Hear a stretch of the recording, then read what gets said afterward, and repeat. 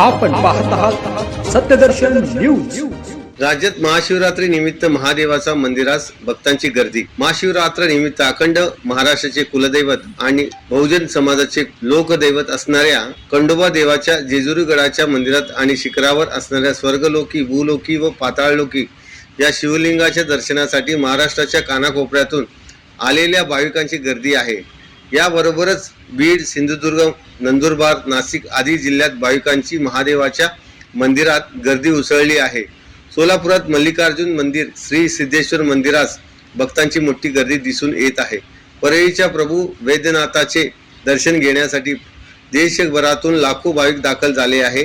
दक्षिण कोकणची काशी म्हणून प्रसिद्ध असलेल्या देवगड येथील कुणकेश्वर मंदिराच्या जत्रोत्सवाला आजपासून सुरुवात झाली आहे।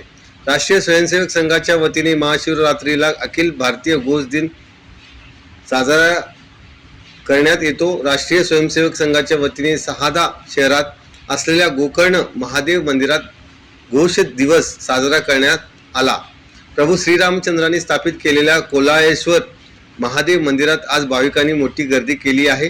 राहाता तालुक्यातील कोलार गावात असलेले महादेवाचे मंदिर हजारो भाविकांचे श्रद्धास्थान असून आज महाशिवरात्री निमित्त भाविक दर्शनाला गर्दी करत आहेत। महाशिवरात्री निमित्त नाशिकच्या नांदगाव शहरातील प्रसिद्ध असलेल्या नांदेश्वर महादेव मंदिराला आकर्षक फुलांनी सजवले आहे। फुलांनी सजवलेली भगवान शंकराची मूर्ती भाविकांचे लक्ष वेधून घेत आहे।